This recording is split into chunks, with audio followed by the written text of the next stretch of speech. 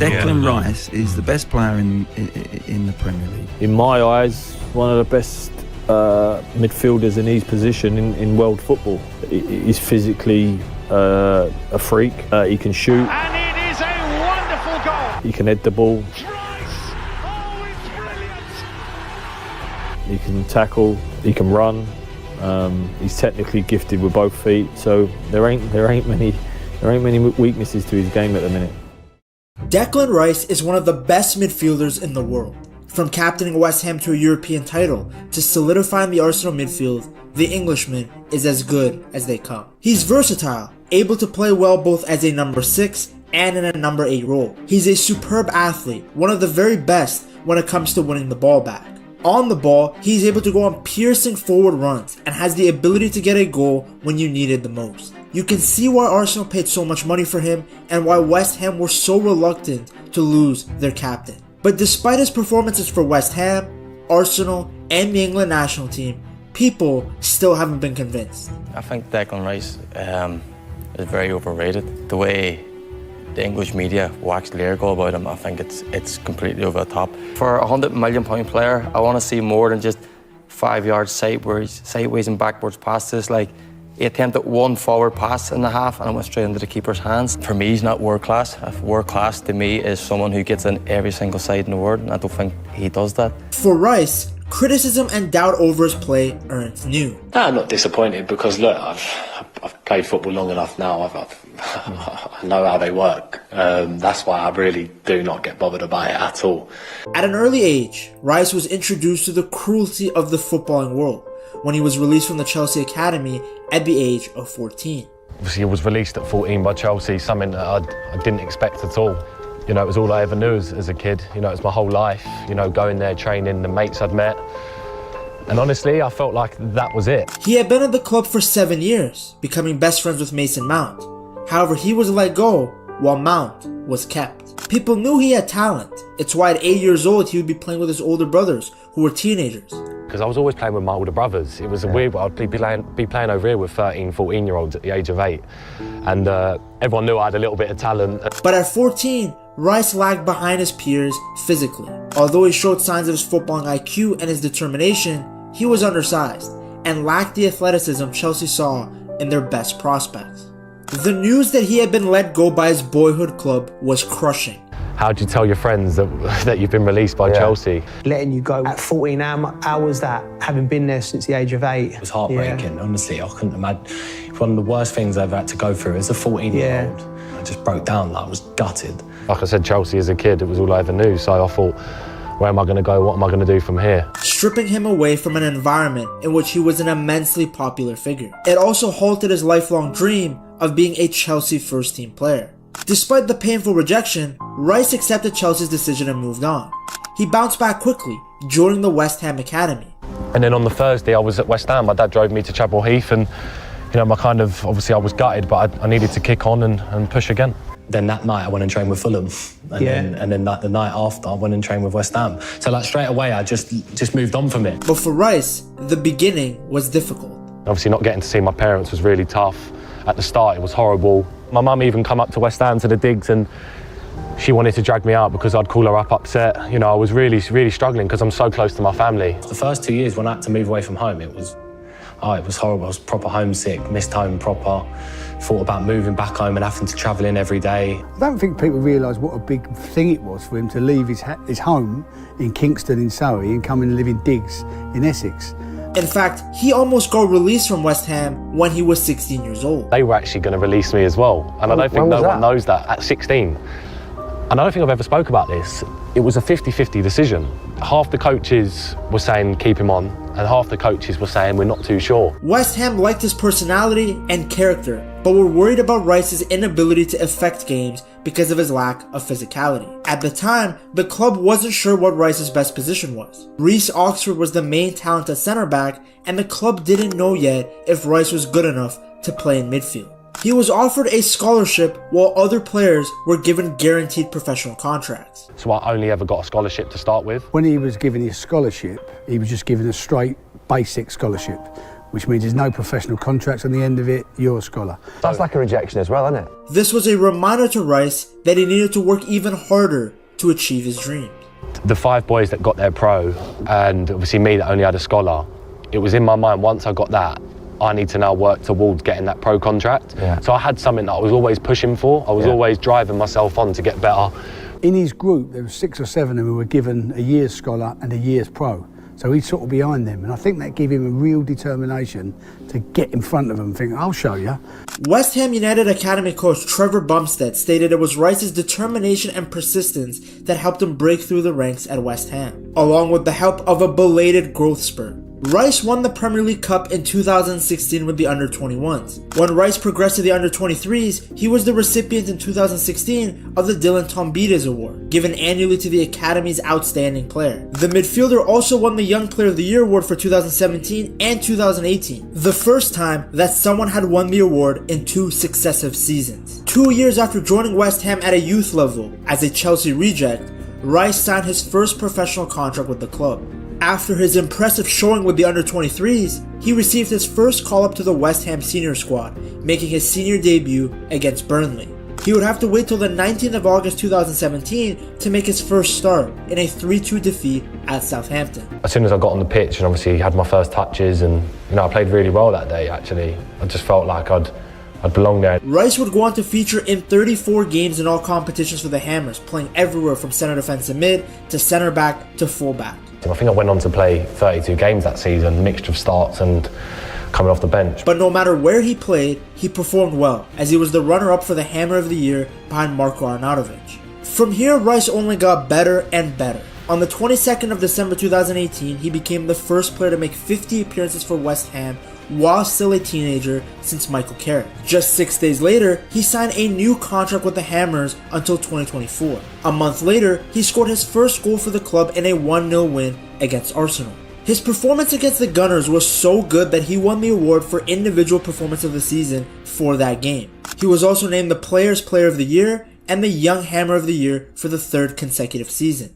Despite these accolades though, some people still weren't convinced. Early in the 2020 season, Rice hadn't looked great in a goalless draw against Aston Villa. Days earlier, his mistake had caused one of Kosovo's 3 goals against England. Despite the 5-3 win, Roy Keane called Rice sloppy, while former Arsenal striker Charlie Nicholas warned the country about getting too hyped over a player who makes lots of mistakes and is clumsy. The staff at West Ham were not bothered by the outside noise. They could see Rice's leadership and confidence. After all, he was only 17 when he was appointed the captain of the under-23s. Despite being one of the youngest players, his leadership was noticeable both on and off the pitch. It's why he captained West Ham for the first time at the age of 20. Even though West Ham lost to Leicester, Rice with the captain's armband looked natural. In the 2020 season, he played in all 38 league games for West Ham, playing every single minute. He was in the Premier League's top 5 players for both tackles and interceptions, leading West Ham players in both categories and making more passes than any other West Ham player. He was named the Hammer of the Year for the first time. But while his progress as a player was going tremendously, Rice had made a decision that would change his world. On the 13th of February 2019, Rice had pledged his future to England, switching his international allegiance from the Republic of Ireland. Prior to making that decision, the midfielder was capped 3 times while also receiving a combined total of 23 caps for the Republic of Ireland from the under-16s to the under-21s. But now, Rice was going to represent the 3 Lions. Well, Dec, massive congratulations. The latest West Ham United England international. How are you feeling right now? Really happy. The decision was not taken too kindly by people on social media, who sent him death threats and abuse. People were saying that they would come to his house and threatening his family. Rice was calm though. He had worked too hard in his career to let the abuse from people with fake profile pictures bring him down. He was named in the England squad for the 2020 Euros, and this would be the moment he was introduced to the world. We like what we've seen in terms of his personality, his character, leadership qualities. Can play as a holding midfield player, and I've seen him play very well as a centre-back. So I think he'll fit very well into the way that we work. West Ham fans and some Premier League fans knew how good Rice was, but now everyone could see his ability on the biggest stage. I can't tell you how much pride I have every time I see him play for West Ham and for England. It's obviously I'm obviously biased towards him. For me, he's the best midfielder in the Premier League. That's not being biased, that's being truthful actually. He's the best midfielder in the Premier League, in England for me. Rice played in all 7 games for England at the Euros, where they finished runners-up to Italy. Anchoring that midfield, it was clear how important Rice was. In fact, you can make the argument that Southgate should have never subbed him out in that final. You are playing outstanding. I was surprised when you got taken off. You was playing at such a high level. Had he stayed on, maybe the outcome would have been different, considering he was England's best player on the pitch. My low point of my career so far is without a doubt losing the Euros final. That's my lowest point that I've ever felt in football. With some international experience under his belt now as well, Rice was getting even better. He continued playing every minute possible for West Ham because he was that important to the team. In May of 2022, Rice was named as the Hammer of the Year for the 2nd time. He had really shown in the Europa League, where West Ham made it all the way to the semi-finals, with Rice being named in the Europa League Team of the Year. In the same month, Mark Noble retired, and there was only one man who was going to be named the next captain. If you thought Rice was good normally, as a captain, he was even better. He opened his goal scoring for the 2023 season with a banger against Southampton to salvage a point for the Hammers. Then he scored West Ham's 3rd goal in a 4-1 win in the Conference League against Gent. He carried the ball for 55 yards before putting it past the keeper. The Telegraph called it the standout strike of Rice's career. It was a great way to explain it. The goal very much showed all the characteristics of Rice: technical ability, physical dominance. We were watching one of the best midfielders in the world. Fabulous goal, individual, sort of, you dribble and you beat somebody and you do it again, you go on and you score. So it was he's some player, great ability, and that goal just summed him up tonight. Rice continued to shine in the tournament, being named the Conference League Player of the Season as he captained West Ham to their first major European trophy since 1965, after beating Fiorentina. He was only one of 3 West Ham captains, along with Bobby Moore and Billy Bonds, to have captained the club to a major trophy. In the Premier League, he had the most interceptions of all players. But while the Hammers celebrated, there was a sour taste in everyone's mouth. Now, Declan Rice has been one of the standout players for West Ham in recent years, but will he still be at the London Stadium next season? You can see the emotion on his face, and the skipper, Declan Rice, you don't know if this is going to be his last game or not. I know we're not here to talk about all the speculation, but it is out there. Is it annoying? Is it inspiring? Do you wish it would go away? Does it not bother you?